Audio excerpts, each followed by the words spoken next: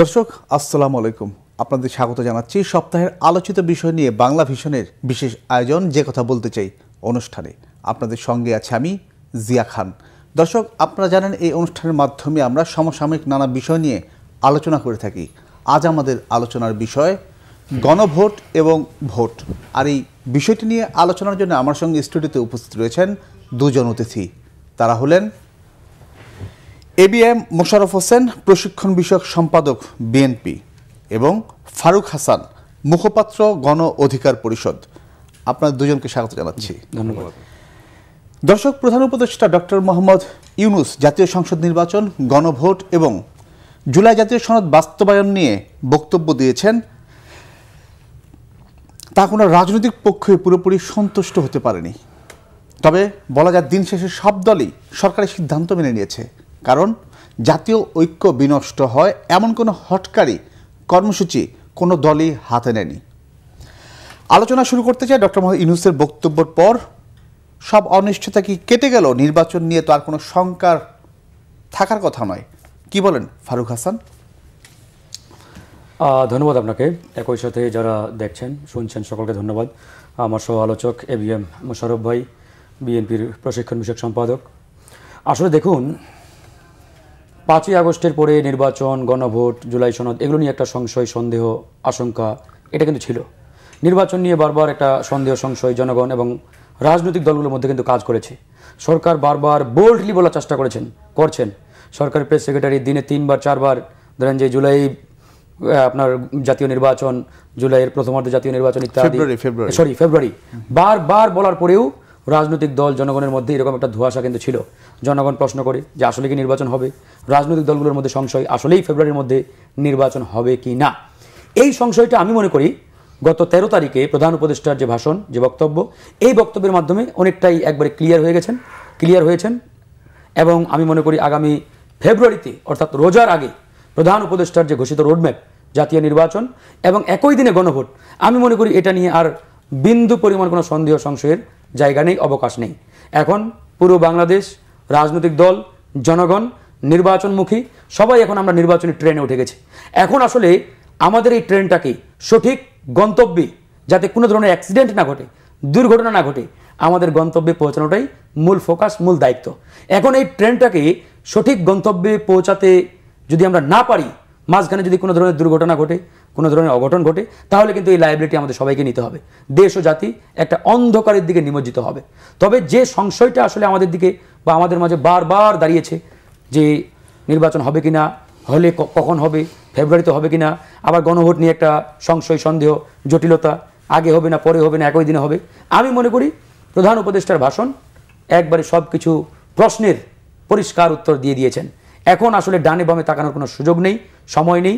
এখন কেউ যদি বলে যে গণভোটটা আগে দরকার, আগে হতে হবে, এটা সেটা, আমি মনে করি এগুলো স্রেফ তাদের রাজনৈতিক বার্গেনিং, ধরেন যে স্ট্যান্ডবাজি, রাজনৈতিক জায়গা থেকে বার্গেনিং ক্যাপাসিটি ডেভেলপ করার জন্যই মূলত যারা এই ইস্যুটাকে এখন সামনে এনে মাঠ গরম করার চেষ্টা করছেন বা করবেন, এটা আমি মনে করি রাজনৈতিক একটা বার্গেনিং। তার মানে 15 মাস আগে যে ডক্টর মোহাম্মদ ইউনূস তার বিষয়ে যখন দায়িত্ব নিলেন, অনেকে বলছিলেন যে তিনি ভালো ব্যবসা বোঝেন, রাজনীতিতে অতটা পরিপক্ক নন। তো এখন এসে যে সেই জায়গাটা আসলে পাল্টা একটা সুরে চলে যাচ্ছে। না, ইউনূস সাহেব যেভাবে ব্যালেন্স করেছেন তাতে করে রাজনীতিটা ভালো বোঝেন। আমি তো মনে করি ইউনূস সাহেব একবারে শেষ মোমেন্টে, মানে 90 মিনিটে গোলটা দিয়েছেন। আচ্ছা, মানে ধরেন যে 90 মিনিটের খেলা, 89 মিনিট পর্যন্ত কিন্তু গোল হয় নাই। বল এখন রাজনৈতিক দলগুলোর পকেটে, কোনো সময় বলটা সরকারের পকেটে, কোনো সময় বল জাতীয় ঐক্যমত্য কমিশনের পকেটে। তো সর্বশেষ যখন জাতীয় ঐক্যমত্য কমিশন বলটাকে ঠেলে দিলেন সরকারের পকেটে, সরকার আবার পাল্টা ওই বলটাকে রাজনৈতিক দলগুলোর পকেটে ছুড়ে দিলেন যে আগামী 1 সপ্তাহের মধ্যে আপনারা যদি বসে আলোচনা করে সিদ্ধান্ত নিতে না পারেন, তাহলে কিন্তু আমি সরকার বা আমরা সরকার আমাদের জায়গা থেকে আমরা কিন্তু একটা সিদ্ধান্ত নিয়ে ফেলব।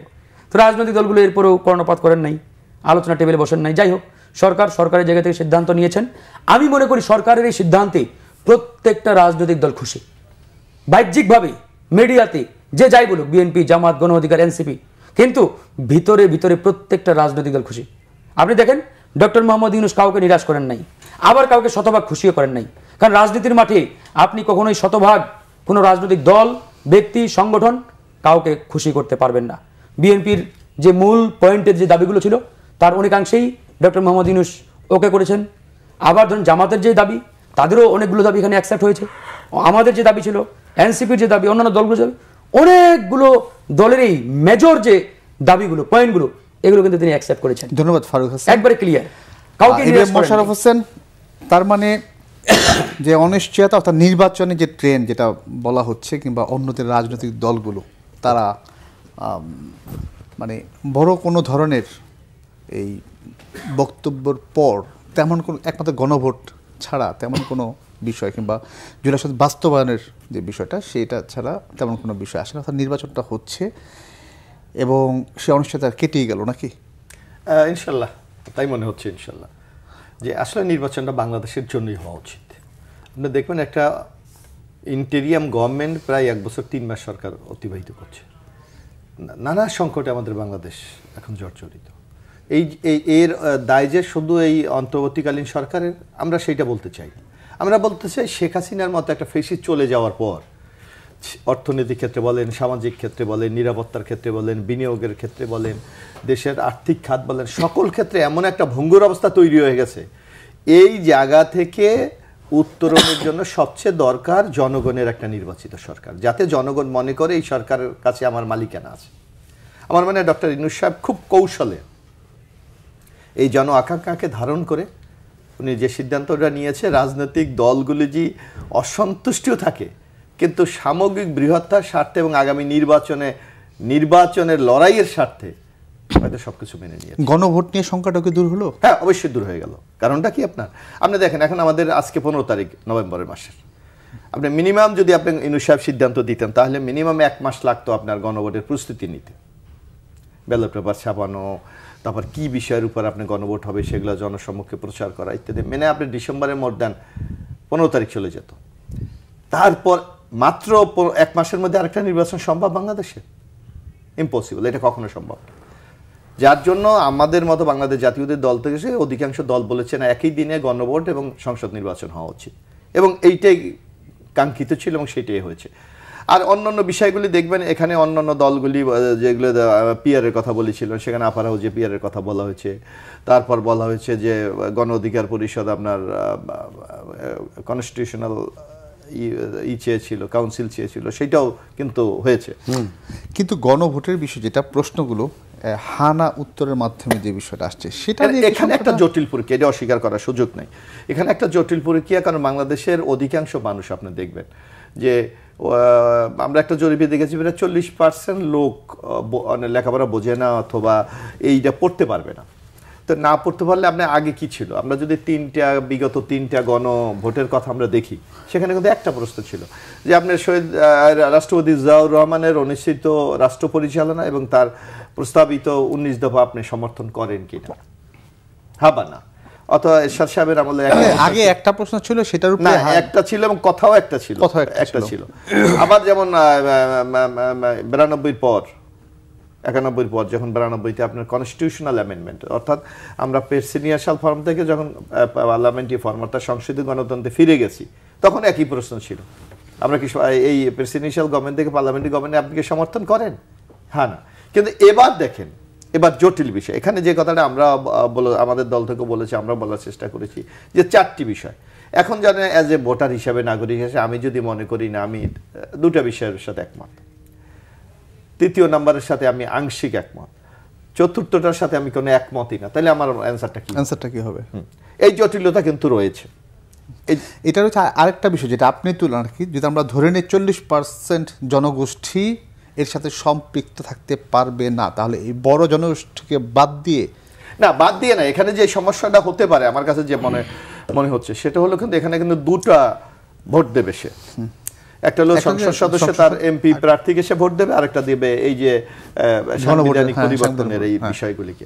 সেখানে এমনও হতে পারে, হয়তো দেখা যাচ্ছে অনেকে হয়তো সংসদে ভোটটা দিয়ে চলে যাবে, এখানে ভোট নাও দিতে পারে, এই একটা সংকট কিন্তু তৈরি হতে পারে। অনেকে এত জটিল যেতে চায় না যে আমার মূল টার্গেট আমার কাকে আমি এমপি বানাবো, তাকে ভোটটা দিয়ে সে যদি এইটাকে ব্ল্যাঙ্ক রাখে। অথবা আরেকটা চ্যালেঞ্জ আছে কিন্তু এই ইন্টিরিয়াম গভর্নমেন্ট অথবা এই ঐক্যমত কমিশনের রাজনৈতিক দলগুলির কাছে, সেটা হলো যদি কোনো কারণে যদি না জয়যুক্ত হয়, তাইলে টোটাল এই সংস্কার ঐক্যমত প্রচার যত আমরা যেই কাজগুলি এতদিন করেছি সেটা নিয়ে কিন্তু একটা প্রশ্নবোধক চিহ্ন দেখা দেবে। তখন কিন্তু টোটাল দায়িত্বটা গিয়ে বর্তাবে নির্বাচিত পার্লামেন্টের উপর। ধন্যবাদ। আমি আলোচনায় আবারও আসবো আপনার কাছে। তার আগে গণভোট নিয়ে আমি একটু ফারুক হাসান আপনার কাছে যাচ্ছি, যে সংখ্যা তো তাহলে কিছুটা রয়েই গেল গণভোট নিয়ে।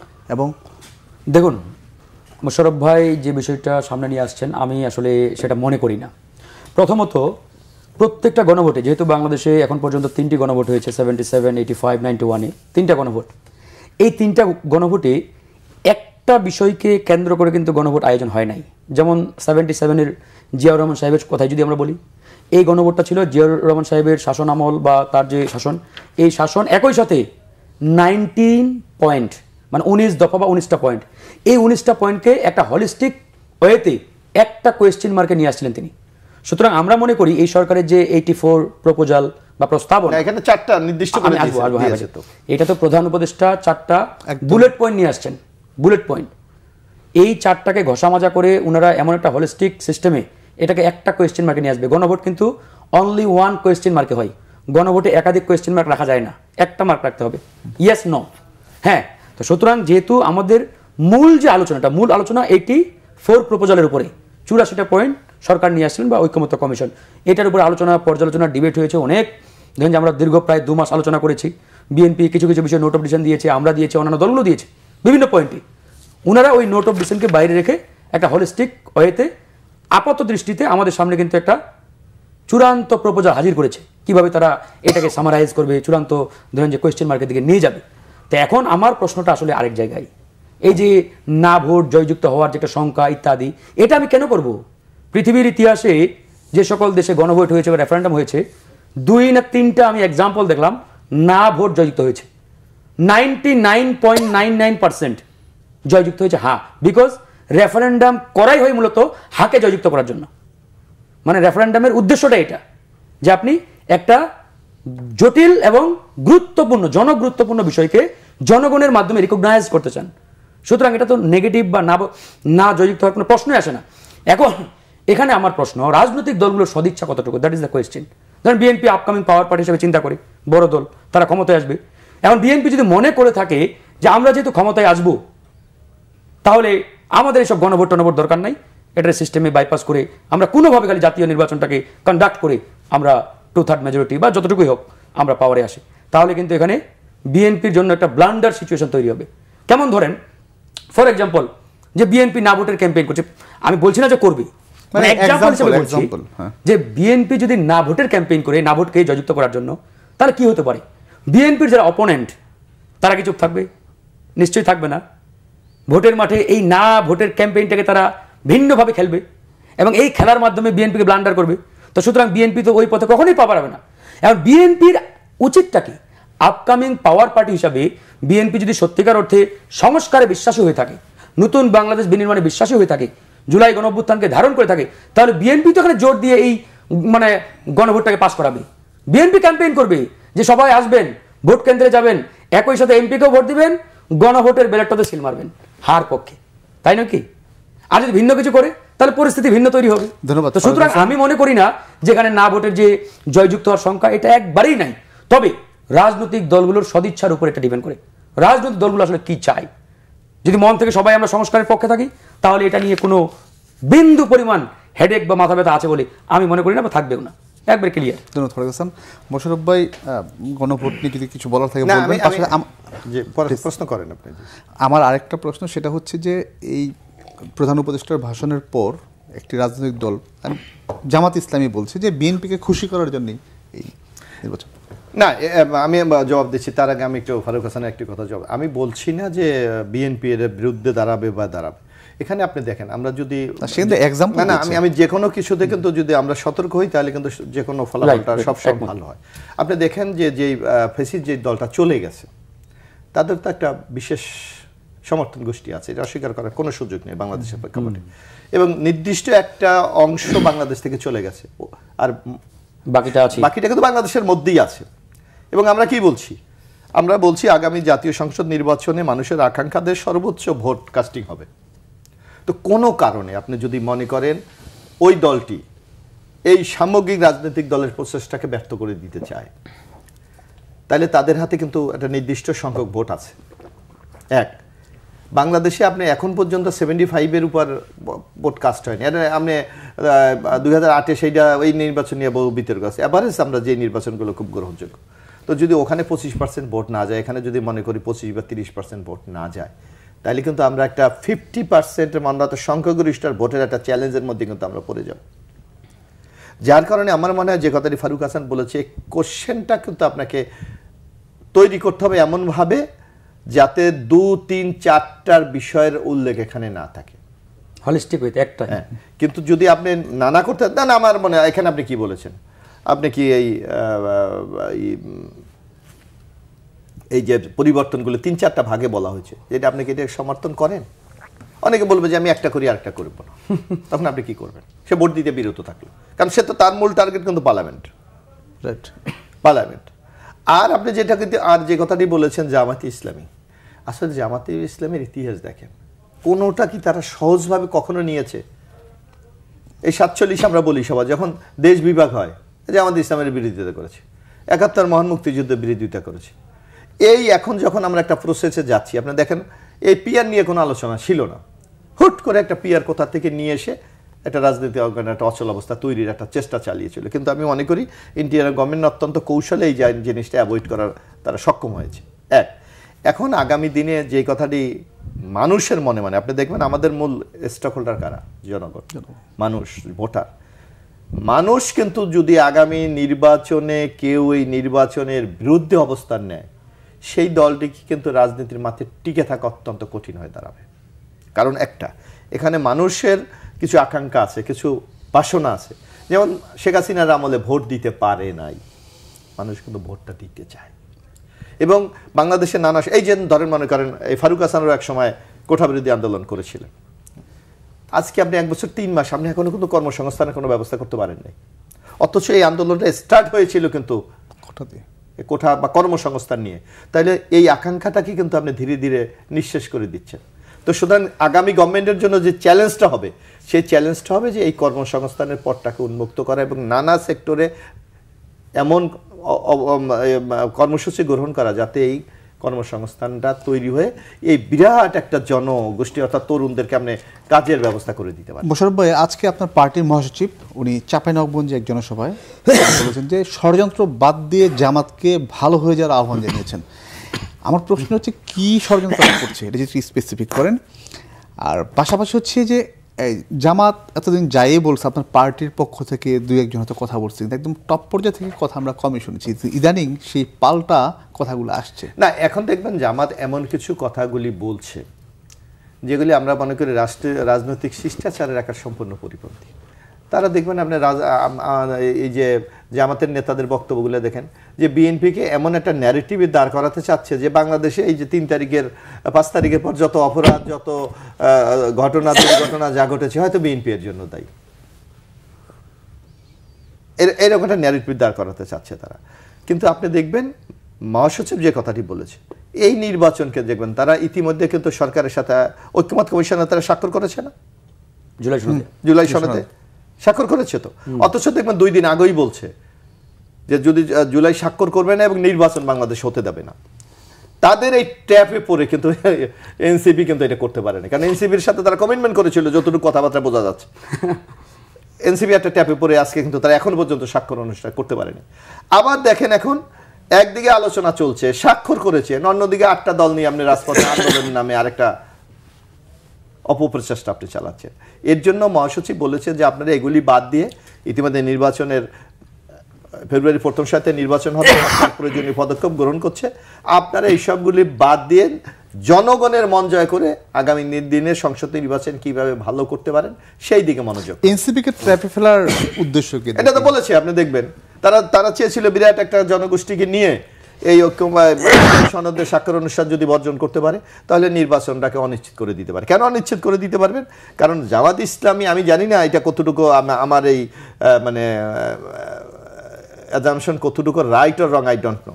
তারা মনে করছে এখন তো প্রশাসন তাদের দখলে, বাংলাদেশে তাদের একটা বিরাট অবস্থান আছে, নির্বাচনের রেজাল্ট কি হবে এটা নিয়ে হয় তাদের মধ্যে একটা শঙ্কা, আতঙ্ক, একটা অনিশ্চয়তা আছে, যার জন্য তারা নির্বাচনটাকে না করে এই অবস্থায় ক্ষমতাটাকে এনজয় করতে। ধন্যবাদ এবিএম মোশাররফ হোসেন। ফারুক হাসান, আমি একটু আসলে ওই প্রসঙ্গে একটু যাব যে মোশাররফ ভাই যেটা বললেন যে জামাতের যে কথাবার্তা, যে রাজনৈতিক শিষ্টাচারের পরিপন্থী এ বিষয়ে, এবং তারা যে ধরনের কথা বলে, আপনার কি মনে হয়? এটা তো বিএনপির পক্ষ থেকে বক্তব্য। আমাকে আমি আপনার মানে এটা আসলে এখন দেখেন, আসলে কথা রাজনীতির মাঠে অনেক কথাই হয়। আমাদের বটম লাইন টার্গেটটা কি? বটম লাইন টার্গেট নির্বাচনটা মাস্ট। মানে নির্বাচন না হলে বাংলাদেশ মারাত্মক রকমের একটা অনিশ্চয়তার দিকে যাবে, যেখান থেকে আসলে কামব্যাক করা, ফিরে আসা, এই দেশটাকে তোলা সো মাচ ডিফিকাল্ট। এই জন্য আমরা যেটা বলেছি যে নির্বাচন নিয়ে যেহেতু ইতিপূর্বে সংশয় সন্দেহ তৈরি হয়েছিল, এই সংশয় সন্দেহ মারাত্মক রকমের একটা ঘনীভূত অবস্থার মধ্যে ছিল যে কখন জানি বা ঝড় শুরু হয়ে যায়। আমি মনে করি প্রধান উপদেষ্টার বক্তব্যের মাধ্যমে সেই সংশয় সন্দেহের যে কালো মেঘ, এই কালো মেঘ একবারেই কেটে গেছেন। ফারুক হাসান, আমি একদম সূর্যের আলোর মতো আমরা দেখতে পাচ্ছি নির্বাচন হবে। আমি ক্লিয়ার, কিন্তু আপনার কাছে আরেকটা প্রশ্ন আমি জানতে চাই, মানে এটা আপনার মুখ থেকে শুনতে চাই। এই যে জামাত বিএনপি একসময় একসাথে ছিল, এখন তারা এই যে মুখোমুখি অবস্থানে একে, আপনার কি মনে হয় কেন? এটা তো আপনি ধরুন যে মিডিয়াতে দেখতে পাচ্ছেন মুখোমুখি, এমনও তো হতে পারে আন্ডার টেবিল তারা খুব মানে ঘনিষ্ঠ বন্ধু হতে পারে না? এই জয়নাল আবেদিন ফারুক ভাই কয়েকদিন আগে বললো যে জামাত তো আমাদের ভাই, বলছে না? তো সুতরাং রাজনীতির মাঠে আপনি বাহ্যিক মানে আমরা যা দেখছি তা না, ও এটা হতেই পারে, আমি এটা বলছি হবে যে তা না। ধরুন যে মিডিয়াতে আপনি যা দেখছেন তাই যে হবে বিষয়টা এমন না। টিভিতে আমরা মাঝে ওই যে দেখি না, মুভি সিনেমা দেখি না, সিনেমা আর শুটিং তো এক জিনিস না ভাই। শুটিংয়ে যেটা হয় ওটা রিয়েল, আর মুভিতে সিনেমাতে পর্দায় যেটা দেখি এটা তো আর্টিফিশিয়াল। তো সুতরাং বাহ্যিকভাবে মিডিয়াতে যা দেখি গরম গরম বক্তব্য, এটা সেটা, ওকে ঘায়েল করা, আমার তো মনে হয় এটা ওই যে টিভি পর্দায় যা দেখি তাই। শুটিংয়ে কি হয় এমন হতে পারে যে বিএনপি জামাত এক টেবিলে বৈশা খাচ্ছে আর আমি গল্প করছে ভাই ভাইয়ের, তা আগামীতে এটা যে হবে না তার কোনো গ্যারান্টি নাই। তো যাই হোক, আমি আসলে এটা আবারও বলতে চাই যে নির্বাচন নিয়ে আমরা যদি কেউ কোনো ধরনের ষড়যন্ত্রে পা দেই, কোনো কনস্পিরেসি করি যে নির্বাচন যাতে না হয়, বিলম্বিত হয়, তাহলে আমরা আসলে সবাই লুজার হব। সবাই, নট অনলি বিএনপি। যারা মনে করছে যে আমরা ক্ষমতা প্রলম্বিত হলে, নির্বাচন বিলম্বিত হলে আরামে থাকবো, ভালো থাকবো, ওরা সবচাইতে বেশি সাফারার হবে। ফারুক হাসান, আরেকটা সুতরাং আমাদেরকে এই জায়গাতে একমত থাকতে হবে, নির্বাচনটা ফেব্রুয়ারিতেই। এখন আপনি এই ফেব্রুয়ারিতে নির্বাচন, ডানে বামে কি যোগ বিয়োগ করবেন এটা নিয়ে আলোচনা করেন। বিএনপিকে বলেন যে আমরা এটা যোগ করতে চাই, অমুককে বলেন এটা মাইনাস করতে চাই, কিন্তু নির্বাচনটা ফেব্রুয়ারিতে রেখেই করতে হবে। এখন আপনি যদি মুখে মুখে বলেন এক আর ভিতরে শয়তানি করেন যে নির্বাচন যাতে না হয়, বিলম্বিত হয়, এটা সেটা, তাহলে কিন্তু ভাই সবাই বিপদে পড়বেন, আমরাও বলবো। এটা হতে দেওয়া যাবে না। প্রধান উপদেষ্টা ব্রিটিশ মঞ্চকে উনি বলেছেন যে আগামী নির্বাচনে আওয়ামী লীগ অংশ নিতে পারবে না। আমার প্রশ্ন হচ্ছে, এই যে আওয়ামী লীগ অংশ নিতে পারবে না, এই বিষয়টা বারবার ঘুরে ফিরে কেন প্রধান উপদেষ্টা? আপনি কি মনে করেন? আপনি কি মনে করেন যে পারবে, করা উচিত? সেই জায়গাটাই তো, যে এটা বারবার কেন আসতেছে এই প্রশ্ন। আমি তো এটাই বলছি যে এই প্রশ্নটাই কেন আসবে, এটা মিডিয়াতেও আলোচনার দরকার নাই। আওয়ামী লীগের ডেড ইস্যু, জনগণ তাদের প্রত্যাখ্যিত করেছে, যারা বাংলাদেশ থেকে বিতাড়িত তারা দেশেই থাকতে পারে নাই। আওয়ামী লীগ যদি সত্যিকার অর্থে বাংলাদেশপন্থী দল হইতো, বাংলাদেশের জনগণের রাজনৈতিক দল হইতো, তাহলে তারা দিল্লি পালিয়ে যাইতো না, বাংলাদেশের মাটিতেই থাকতো। যে আমি বাংলাদেশপন্থী দল, জনগণকে নিয়ে রাজনীতি করি, আমার বিচার হোক ফাঁসি হোক, আমি এই মাটিতেই থাকবো। কি বলেন মোশাররফ ভাই?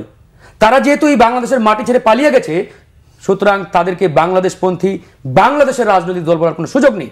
এখন আপনি এই ডেড ইস্যুকে সামনে আনা আর ওই একই আলোচনা, একই কথা, প্রধান উপদেষ্টা যেটা বলেছেন একই কথা বলেছেন। তিনি হয়তো আন্তর্জাতিক কমিউনিটিকে একবারে পরিষ্কার করে বার্তা দেওয়ার চেষ্টা করেছেন যে আওয়ামী লীগ এই মুহূর্তে বাংলাদেশপন্থী বা বাংলাদেশের জনগণের কোনো রাজনৈতিক শক্তি নয়, এটা একটা উগ্রবাদী সন্ত্রাসবাদী সংগঠন, যারা জনগণের বুকে গুলি চালিয়েছে, জনগণকে হত্যা করেছে, মায়েদের হত্যা করেছে, শিশুদেরকে হত্যা করেছে, হেলিকপ্টার থেকে গুলি করেছে। সুতরাং বাংলাদেশের জনগণ এরকম হত্যাকারীদের রাজনীতি এই বাংলার জমিনে আর দেখতে চায় না। সুতরাং আগামী নির্বাচনে তারা আসবে কি আসবে না, আসতে পারবে কিনা, এই প্রশ্নটা করাও আমি মনে করি অবান্তর। এটা করাই যাবে না।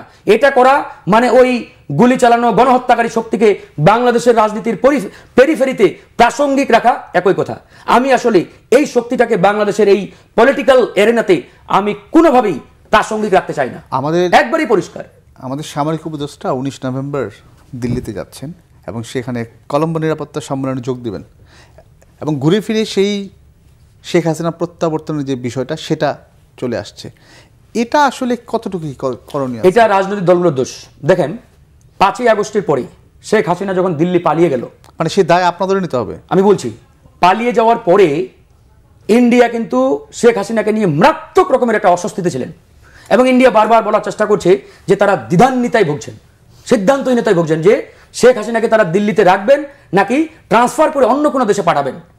হ্যাঁ, এরকম একটা অস্বস্তিকর পরিবেশে দিল্লি কি সিদ্ধান্ত নিলেন যে শেখ হাসিনা লকড, মানে শেখ হাসিনা কারোর সাথে দেখা করতে পারবেন না, কথা বলতে পারবেন না, মিডিয়া তো বহুত দূরের কথা, লক করে দিলেন। আপনি দেখেন সাম্প্রতিক সময়ে তিনি কিন্তু আনলক অবস্থার মধ্যে রয়েছেন। তিনি দিল্লিতে বসে আন্তর্জাতিক গণমাধ্যমে সাক্ষাৎকার দিচ্ছেন, তিনি কর্মসূচি ঘোষণা করছেন।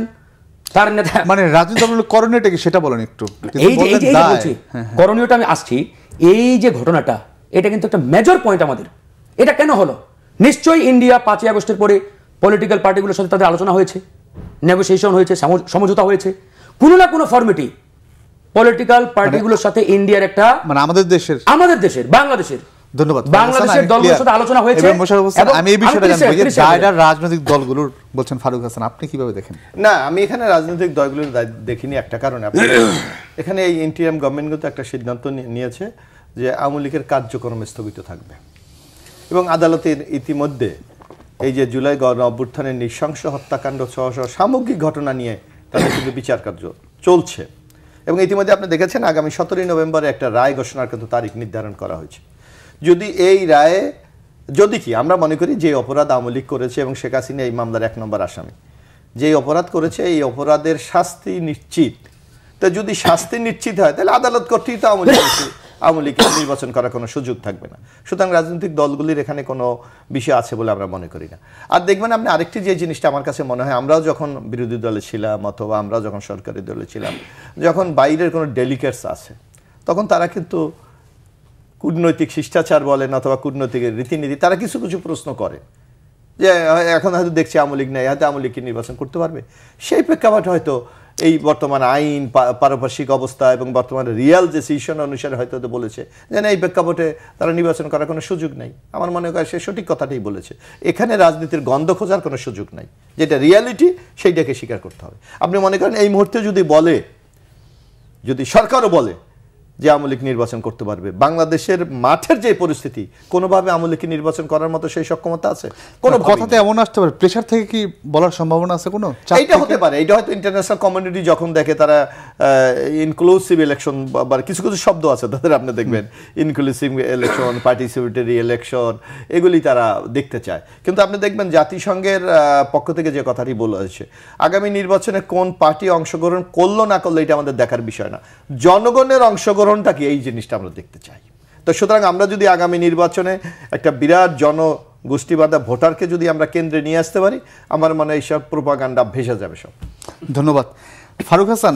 এবার একটু একদম আরেকটা ভিন্ন প্রসঙ্গে যাচ্ছি, সেটা হচ্ছে উপদেষ্টাদের এপিএস এর বিরুদ্ধে দুদকের যে অনুসন্ধান, সে কার্যক্রম সেটা ভাটা পড়েছে। আজকেও আমার দেশ পত্রিকার সম্মত এটা নিউজটা এসেছে, আমি সেই বিষয়ে একটু কথা বলবো। তার মানে আগেও আমরা একই ধরনের ট্রেডিশন দেখে এসেছি, এখন এসে দেখছি, তার মানে জাতি কখনোই জানতে পারবে না আসলে। শুনেন, এই যে দুদক, দুর্নীতি দমন কমিশন, এটাকে আমি আসলে নখ এবং দন্তহীন, এটা অনেকেই আগে থেকে বলছেন। হ্যাঁ, এটা অনেকেই আগে ওইটা আসছে। তো যে প্রতিষ্ঠানটার কাঁধে আপনি দুর্নীতি তদন্ত করার দায়িত্ব দিয়েছেন বা দায়িত্ব অর্পণ করা হয়েছে, এখন এরা আসলে যদি সেরকম পাওয়ারফুল না হয়, এম্পাওয়ার্ড না হয়, এদের যদি দাঁত আর নখ না থাকে, তাহলে তো করতে পারবে না। এই যে উপদেষ্টাদের বিরুদ্ধে দুর্নীতি তদন্তের আন্দোলন কিন্তু আমরাই শুরু করেছি, আমাদের যুব সংগঠন, এরাই সর্বপ্রথম এই দাবিটা তুলেছিল এবং দুদকের সামনে ধারাবাহিক 3-4 দিন তারা কিন্তু কন্টিনিউ প্রোগ্রাম করেছে। তারপরে তারা দৃশ্যমান কিছু উদ্যোগ নিলেন, এখন আবার হঠাৎ করে এটা কিন্তু নিশ্চুপ নির্জীব হয়ে গেছে। শুধু এটা না, আমি তো মনে করি এই উপদেষ্টা পরিষদের যে সামগ্রিক কর্মকাণ্ড, একদম আমি ওই জায়গাটা আসতাম, এরা তো আসলে এই জুলাই গণ অভ্যুত্থানের সাথে এক প্রকার প্রতারণা করেছেন।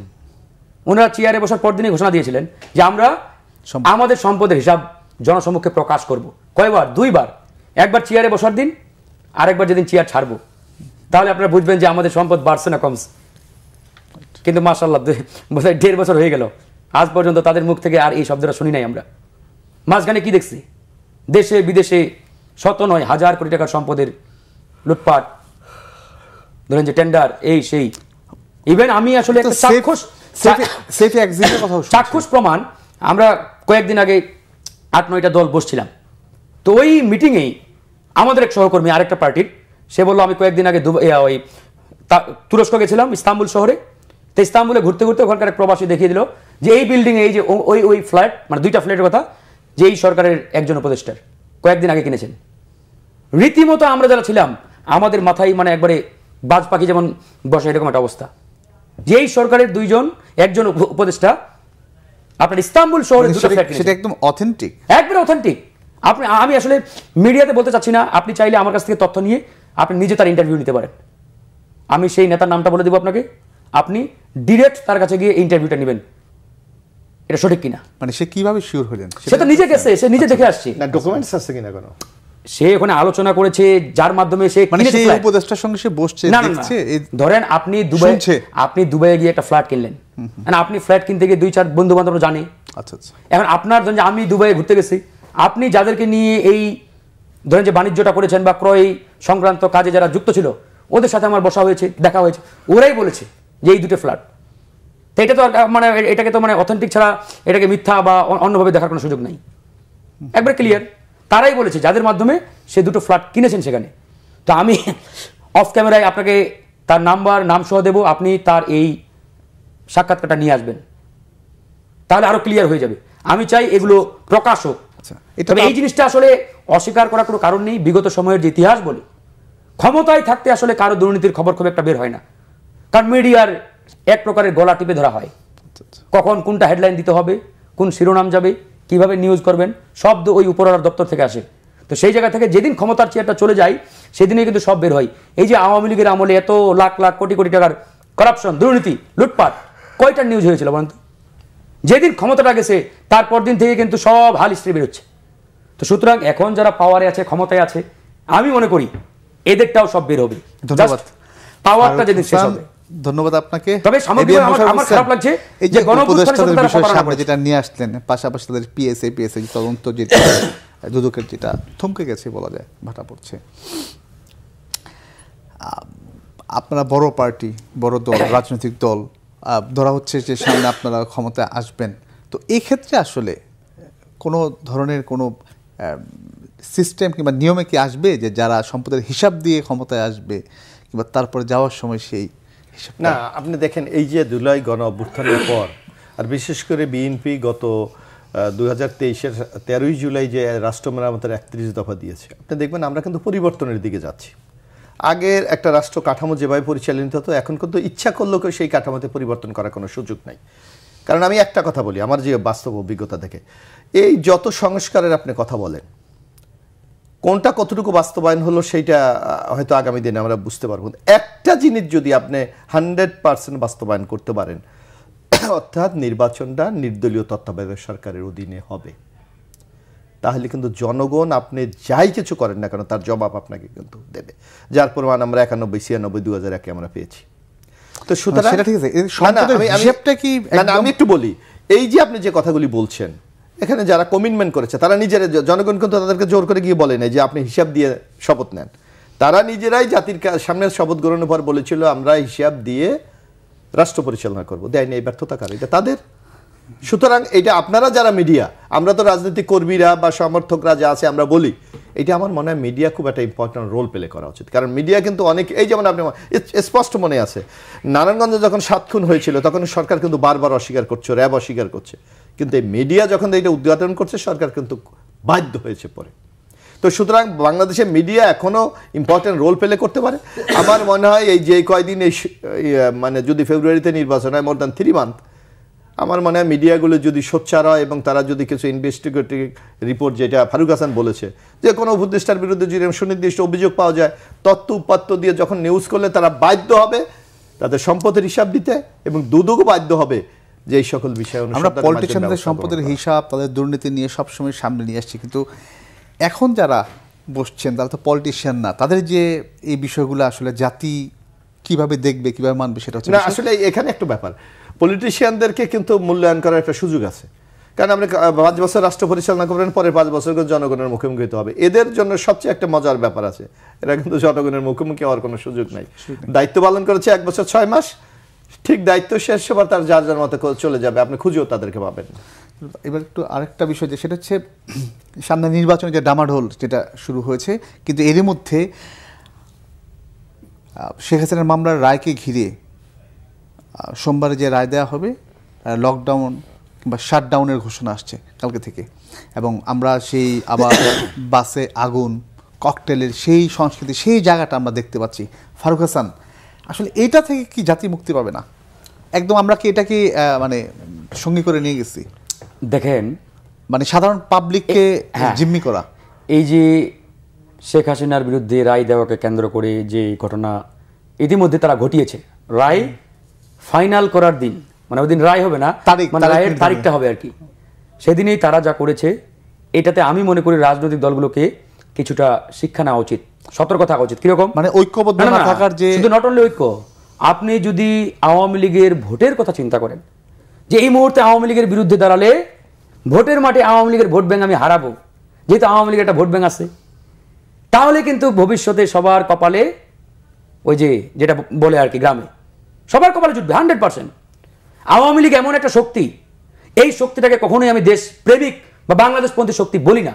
এত গণহত্যা চালানোর পরেও আওয়ামী লীগের মধ্যে ন্যূনতম অনুশোচনা আছে। একদম শেষ দিকে আমি এই প্রশ্নটা, সুতরাং আমি 30 সেকেন্ড শেষ করি। আগামী 17 তারিখ রায়, প্রত্যেকটা দল, বিএনপি, জামাত, গণ অধিকার, এনসিপি সহ যত দল আছে, সবাইকে গণপ্রতিরোধ গড়ে তুলতে হবে। ওই ভোটের কথা চিন্তা করলে হবে না যে আমার ভোট ব্যাংক কমে যাবে, আমি এমপি হতে পারবো না, এই চিন্তা করলে এই যে গণপ্রতিরোধ গড়তে হবে এবং ঐক্যের যে ফাটল, এই কারণে সুযোগটা নিচ্ছে, যেটা ফারুক হাসান বললেন, এই বিষয়ে একটু শুনবো একদম। না, এটা তো অবশ্যই আপনি দেখবেন আওয়ামী লীগের বিষয়ে সবাই কিন্তু ঐক্য, এবং যে ভোট ব্যাংকের যে হিসাবটা, না ভোট ব্যাংক এইটা হলো রিজনাল, যে নানা ক্ষেত্রে নানা ইকুয়েশন আছে, সামগ্রিক ইকুয়েশন এটা কোনো প্রভাব ফেলে বলে মনে হয় না। পরে আমি একটা কথা বলি, আপনি শুধু রাজনৈতিক দলগুলির উপর দায় চাপালে হবে না, এখন তো একটা রাষ্ট্র সরকার আছে, সরকার কঠোর ব্যবস্থা গ্রহণ করা হচ্ছে আইন শৃঙ্খলা রক্ষাকারী বাহিনীর মধ্যে।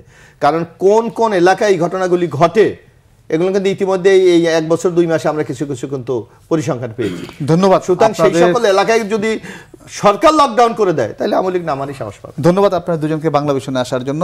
দর্শক, যে কথা বলতে চাই আজ এ পর্যন্ত, আবার দেখা হবে আগামীকাল একই সময়। সবাই ভালো থাকুন, সুস্থ থাকুন।